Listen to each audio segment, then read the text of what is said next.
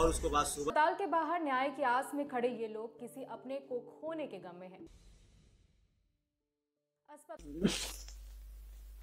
बिहारेर नालंदा डिस्ट्रिक्टेर चिकसोरा थाना एलाकार हुडारी ग्रामेर बासिंदा बयस 25 फान्टुस कुमार একটা বেসরকারি কোম্পানিতে কাজ করে গত 6 মাস হয়েছে তাদের বিয়ে হয়েছে। 14 তারিখ সকাল 7টার সময় কাজে বেরোচ্ছিলেন। সেই সময় তাকে 4 জন ব্যক্তি এলোপাথাড়ি গুলি চালাতে থাকে। ঘটনাস্থলে ফান্টুস কুমারের একটা গুলি পেটে লাগে, ফলে সেন্সলেস হয়ে পড়ে যান। 4 জন ব্যক্তি তাকে মৃত ভেবে সেখান থেকে চলে যায়। এরপর তাকে হিলসা প্রাথমিক হসপিটালে ভর্তি করা হয় এবং সেখান থেকে তাকে নালন্দা মেডিকেল কলেজ এবং হসপিটালে ভর্তি করা হয়। উনার ট্রিটমেন্ট শুরু হয়। ठीक था। जब ऑपरेशन हुआ तो बोला कि 90% आपका मरीज क्या हो गया, अच्छा हो गया, बिल्कुल एकदम सेफ हो गया, बस अब इसको होश आना है, 24 घंटा में रिकवरी हो जाएगा। लेकिन ऐसा कुछ हुआ नहीं।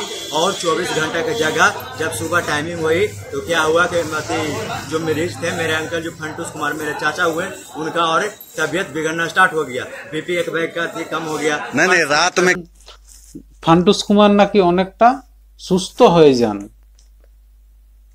তো 14 তারিখ সকালে এই ঘটনার পর তার স্ত্রী বয়স 22 নিরিমা কুমারী একটা এফআইআর করে চিকসোরা থানায়। 4 জনের বিরুদ্ধে এফআইআর করে। 4 জনের নাম হলো মদন প্রসাদ বয়স 45, কুমার বয়স 42, অবদেশ প্রসাদ বয়স 50, মিলন কুমার ওরফে জয় কুমার বয়স 25। 4 জনের বিরুদ্ধে এফআইআর করে যে পারিবারিক বিবাদের জন্য তার স্বামীকে গুলি করে হত্যা করার চেষ্টা করে। পুলিশ তদন্তে নামে এবং কতজনকে অ্যারেস্ট করেছে সেটা এখন বলতে পারছি না, কিন্তু 4 জনেই হুডারি গ্রামের বাসিন্দা। হয়তো ওনারা এখন পলাতক। নালন্দা মেডিকেল কলেজ এন্ড হসপিটালে ফান্টুস কুমারের চিকিৎসার অনেকটা উন্নতি হলেও আশ্চর্যজনক ঘটনা ঘটে। 15 তারিখে রাত 8:55 তার মৃত্যু ঘটে।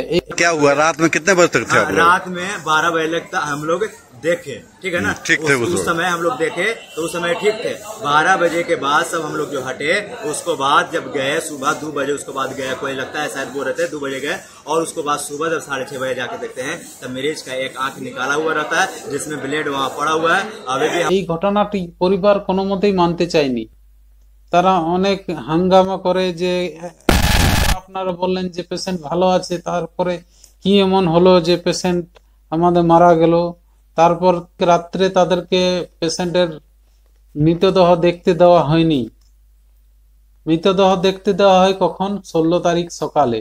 16 তারিখ সকালে পরিবারের লোকজন যখন মৃতদেহ দেখতে যায় তখন উনারা আবারও আশ্চর্য হয়ে পড়েন, কারণ উনারা যখন সকালে ফান্টুস কুমারের মৃতদেহ দেখতে যান, উনারা দেখেন যে ফান্টুস কুমারের মৃতদেহর বাঁ চোখ উপড়ে ফেলা হয়েছে এবং পাশে সার্জিক্যাল ব্লেড পড়েছিল। সেই ঘটনার ভিডিও রেকর্ডিংও তারা করেন। हमारा वीडियो है और सब वहाँ पड़ा हुआ है। এই ঘটনার পরে তারা হসপিটালে অনেকটা দাঙ্গা হাঙ্গামা শুরু করে দেয়, ফলে ঘটনা ভাইরাল হতে শুরু করে।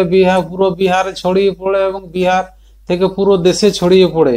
हो सकता है आतंकवादी किस्म का जो आदमी है उसका पहुंच बहुत आगे तक है, उसी का साजिश हो सकता है, किसी डॉक्टर से मिल करके या फिर कोई स्टाफ से मिल करके यह जो घटना का जो है अंजाम दिया है, ताकि इसका केस जो है वो फॉल्स हो जाए कि एक आंख अपना शिनाख्त में होगा कि एक आंख इसका नहीं है। এই ঘটনা ভাইরাল হওয়ার পরেই সেখানে পৌঁছে যায় পাটনা সিটির এসপি অতুলেশ কুমার ঝা, ডিএম ডক্টর চন্দ্রশেখর সিং। তারা মৃতের বাড়ির লোকের সঙ্গে কথাবার্তা বলেন এবং তাদেরকে আশ্বাস দেন যে এই ঘটনার পুরো তদন্ত উনারা করবেন এবং সঠিক তদন্ত উনারা করবেন যে কিভাবে একটা পেশেন্টের চোখ গায়েব হয়ে গেল। तो बड़ा ही दुखद है और बड़ा ही आपत्तिजनक है, जिसको हम लोगों ने बहुत गंभीरता से लिया है। एक इंटरनल जांच कमेटी बनी है डॉक्टर्स की, वो देखने कैसे इस प्रकार का हुआ, और दूसरा एक एफआईआर भी दर्ज किया गया है स्थानीय थाना में। पुलिस भी जांच करे कि इस प्रकार कैसे हुआ। तो दोनों संभावना लोग बता रहे हैं कि नहीं चूहे के द्वारा ऐसा हो गया या कोई गारा चोरी हो गई, अंग तस्करी और चोरी हो गई। ये दोनों गंभीर मामले हैं।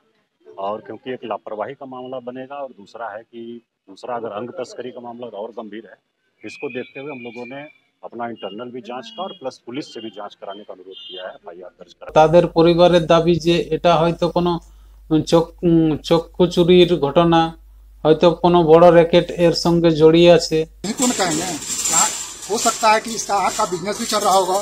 हम उचित कार्रवाई चाहते हैं और जो भी दोषी हो उसको पूर्ण सजा मिले। जब तक दोषी को सजा नहीं मिलेगा मैं शांत नहीं बैठूंगा, चाहे इसमें मौत की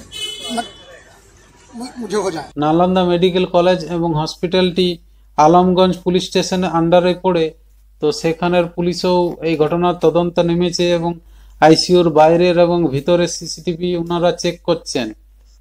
হসপিটাল কর্তৃপক্ষকে এই ব্যাপারে জানতে চাইলে hospital super doctor Binod Kumar বলেন যে হয়তো এটা ইন্দুরের কাজ, ইন্দুরে হয়তো এর চোখ খেয়ে নিয়েছে।